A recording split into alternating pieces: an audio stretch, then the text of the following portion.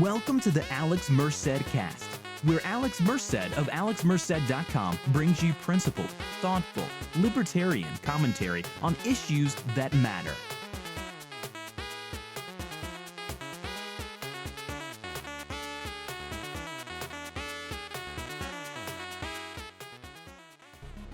Let me tell you guys about the great services over there at Amazon.com. Not only is there Amazon Prime, which gets you 2-day free shipping, along with a host of media and music that you can access through your Prime subscription, but you can also subscribe to Audible and get cool audiobooks and get a free audiobook every month, along with Kindle Unlimited. It's like the Netflix for ebook. You can read as many ebooks as you want every month for a monthly subscription. You can get a free trial to any of these services by heading over to amazon.alexmerced.com. That's amazon.alexmerced.com. Not only can you get subscriptions or free trials to these products, but you can also find recommended product lists, such as recommended books and other cool stuff over there at amazon.alexmerced.com. Hey everybody, this is Alex Merced, and you're listening to the Alex Merced Cast. And I was just kind of reflecting today. I was listening to a podcast. I forget the name of the host. I will look it up real quick. But bottom line is, on this podcast, we're talking to someone from Black Lives Matter and talking about intersectionality and all that fun stuff. It's from Getting Curious with Jonathan Van Nies. You might know Jonathan Van Nies from what's the name of that show? Queer Eye for the Straight Guy, the Netflix show. He suddenly has a pretty good podcast where they kind of interview people, talk about sort of fairly sort of progressive intersectional topics, but still very interesting to kind of hear the in-depth conversations. I highly recommend it. Okay, especially if you don't feel comfortable with those kind of conversations, because it's better to understand those conversations. But oftentimes, a lot of people who have these sort of intersectional conversations, meaning talking about sort of different vectors at which people have more or less power in society. And they oftentimes get focused on one vector. They get focused on race. They get focused on gender. They get focused on ethnicity. They get focused on religion. They get focused on economic class, and then just kind of really latch on to it as sort of, where all sort of justice and injustice kind of occurs. So basically, it's ironic that it becomes binary in the sense that it's basically you are in the privileged class or you're in the disadvantaged class. And generally, if you're in the privileged class, whatever you do has a tendency of creating injustice, and whatever the disadvantaged class does, whatever benefits them, is moving towards justice. And there is some stuff that I think is worth taking away, in the sense that we are all made up of several different vectors. Okay, I'm male, I am Latino, I'm libertarian, and all these things that are about me do give me privileges in certain situations. Okay, as a libertarian, I'm going to be privileged at a libertarian event, in the sense that I'm going to fit in better. I'm going to probably get more consideration as a libertarian. Okay, but if I go to the Democratic National Convention, I'm going to be the opposite. I'm going to be disadvantaged. I'm going to get be scoffed at, be treated not so kindly. Being openly libertarian in a progressive context. Okay, so not only are the different vectors give me privilege and disadvantages, but they give you different privileges and disadvantages in different contexts. And I don't feel like the discussion really gets that robust, okay? Or that it focuses more just sort of on sort of overall power over society, which I think is sort of just a problematic focus, because really no one should have overall power over society. And in the sense that, yes, there are going to be certain vectors, oftentimes, demographic majorities. So basically, whoever is sort of the demographic majority, so, whatever religion, whatever race, whatever everything tends to be sort of demographically a majority, is going to have much more state power, especially sort of in a democratic country, because just that's the nature of democratic politics. Okay, and basically democracy gives power over sort of the demographic majority, and then they're basically policy, everything is going to be sort of through their cultural lens. Okay, and then that's going to have an effect on sort of how different things. Okay, so I do think there's a conversation to be had there, but the conversation isn't how do you try to get people in power to do things, because at the end of the day, electoral politics is going to just be about who has the bigger numbers. Okay, and problem with a lot of the intersectional debates, whilst there's some very legitimate sort of underlying truths in there, in the sense that, again, some people, different factors of who you are will give you privileges and disadvantages, and in context, that is something to appreciate, to sit there and realize that, okay, not in every situation do we all necessarily are sitting at sort of an equal footing, in the sense that, I may have a better or worse opportunity when applying for a particular job, but I also may, for every situation where I might be worse off, there might be situations where I'm better off. It's not so simple as you're always worse off or you're always better off. The world is complicated, and even identity is complicated. Okay, so as a Latino, if I were applying to a job where the HR person is, very proud of their Latino heritage, and even though I'm not highlighting it, but just by the fact of being Latino, I might actually have a better chance in that job, in that interview, all other things being equal. And again, it's more complicated. But if you're worried about sort of this cultural if you're worried about cultural hegemony, where basically certain cultural forces end up getting sort of more power, then you have to be worried about the growth of the state, because the growth of the state's always going to give sort of the demographic majority power over cultural norms, basically over how everything works and the lens in which society frames itself. And I mean, technically all kind of aspects. I mean, because technically the criticism that because oftentimes a lot of people who are sort of into these types of social justice debates, it oftentimes comes down to more, or at least the impression I get oftentimes, that it's more of the people who are studying it oftentimes, I think, are coming from the place sort of where I'm talking about. But the people who kind of like started these discussions early on in the academics seemed that they were just looking for another angle for which to criticize capitalism, because the economic debate, due to sort of the social, the socialist calculation argument, and the incentive problems, these problems made it really clear that, from an economic point of view, socialism, communism just doesn't work. And in practice, it doesn't work. So there had to be some sort of new argument. So you have sort of new arguments for why we should be socialist or communist or whatnot. And one of them is sort of this it comes from this social justice thing, where basically trying to argue that capitalism will also sort of reflect sort of majoritarian concerns. And in some regards, it can. Because at the end of the day, businesses are looking to gain market share. Okay, so of course, you're going to start off with sort of your biggest markets. But at the end of the day, it doesn't mean any market goes unserved, which is different than politics.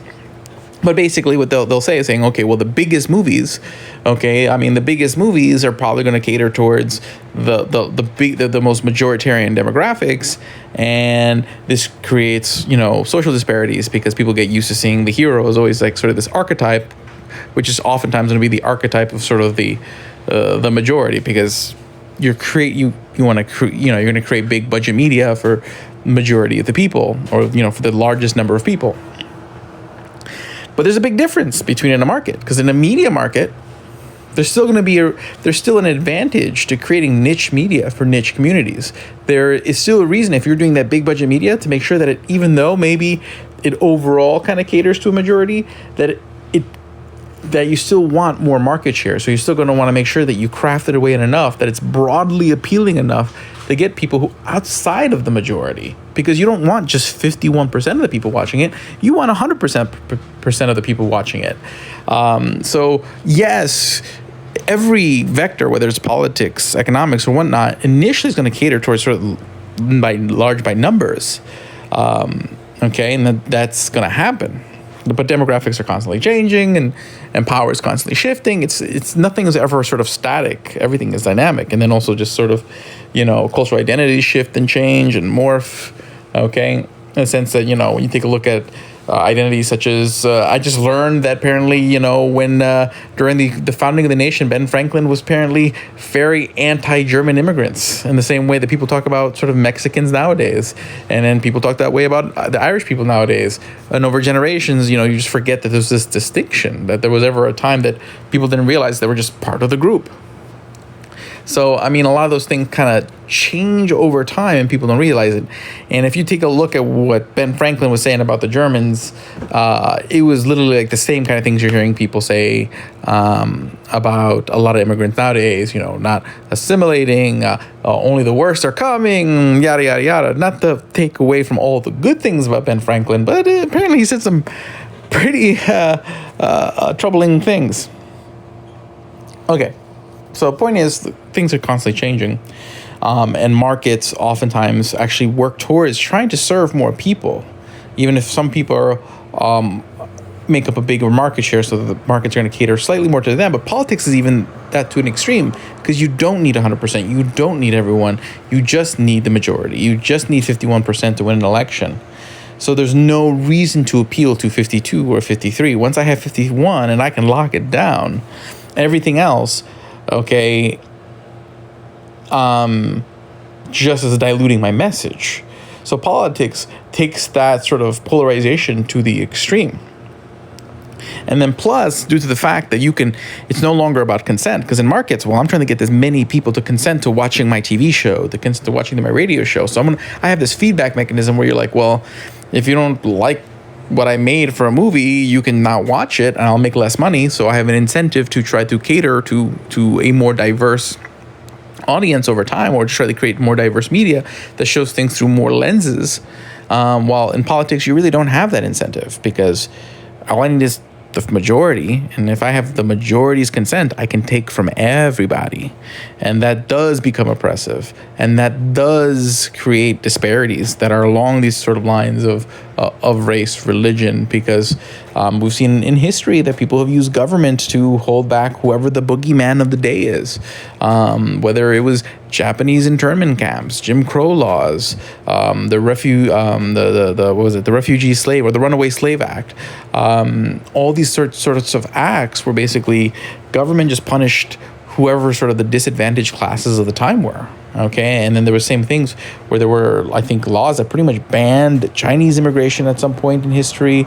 The ramifications are much, much more harsh there, because consent is no longer part of the equation when you're looking. So while people are using this sort of intersectional argument to criticize capitalism, that intersectional argument, that sort of argument of privilege versus disadvantage, is actually a stronger criticism of why you want a smaller and shrinking state, and why libertarianism is still sort of the right choice, the right way, where free individuals are going to dissipate power, are going to balance out power and balance out justice more often than not, because we're all going to be, when everyone's free, we can all fight for our sort of, not a piece of just like the economic pie, but of sort of of social influence, of all these things.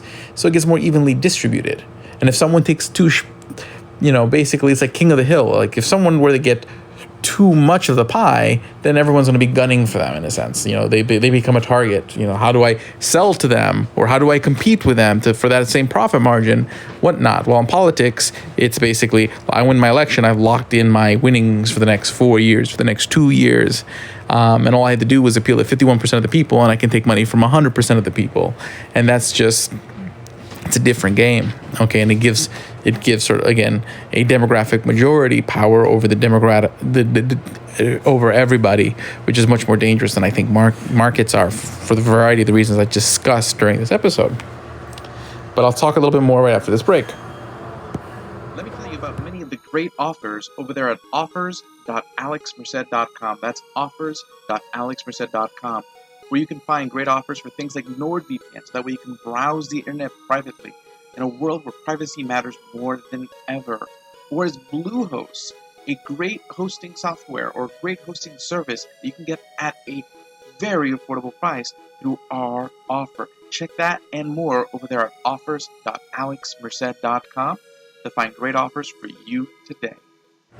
Well, I'm back, and basically just kind of to sum it up, bottom line is, there are things that kind of take away from sort of social justice debates in the sense there's just certain realities or just reality that, we aren't always equal in every way. We don't always have the same privileges. We don't always have the same disadvantages. Where the conversation's overly simplified, where they only focus on how these disadvantages are created in markets without emphasizing how those disadvantages are maximized and oftentimes ingrained and institutionalized through government policy, as we've seen through history, as many of the places I pointed out. Also in the fact that it's more complicated in the sense that it's not just who you are, but it's also in the context that where you're in. Where you are, at the event you're at, the people you're talking to, all these things, everything about you is going to constantly be shifting what your privileges and disadvantages are. And that's also something that plays a factor. And that's sort of so basically this sort of new argument, this new critique of capitalism, at the end of the day, still on its head, becomes a stronger critique of centralization of power. And the same thing goes for sort of the other realm of critiquing capitalism, which is sort of environmentalism, which is a bit harder to sort of, that's probably the hardest one to deal with far as, okay, well, how do you, but then you take a look at how government policies oftentimes create a lot of incentives for people to do environmentally less friendly things. You can still, again, go back and point, and then how oftentimes government incentivizes energy development in the wrong direction, or disincentivizes energy innovation in many different ways by protecting legacy industries. You can once again see that oftentimes the government's always going to be controlled by the most powerful, the most vested interests. So if you're looking to try to facilitate change, if you're looking to facilitate more fluidity in society, in societal norms and economic norms and whatnot, what you want is a minimal state, less a smallest state as possible. So no matter which way you look at it, whether you look at it from an economic lens, a social justice lens, or an environmental lens, libertarianism always comes from the right answer. Or really any lens, free people are going to be more likely to make the world something different, something better, than those who aren't free because they are controlled by those who have the vested interest to control them. So that's kind of wanted to get at today. My name is Alex Merced. Again, thank you guys for listening to the show. You can always learn more about what I have to say by listening to previous episodes. Subscribe to my other podcasts. Just go on iTunes and type in my name, or go on YouTube. I have thousands of videos on YouTube. And support the show. Basically, what I want to do soon is I'm going to start redoing my series on the history of economic thought. And it's going to require me to do a lot of research and reacquainting myself with a lot of economic ideas. So getting the support to be able to take the time to do that would be appreciated. So please do consider becoming a supporter or a donor over there at patreon.com/AlexMerced. But I'll see you guys next week.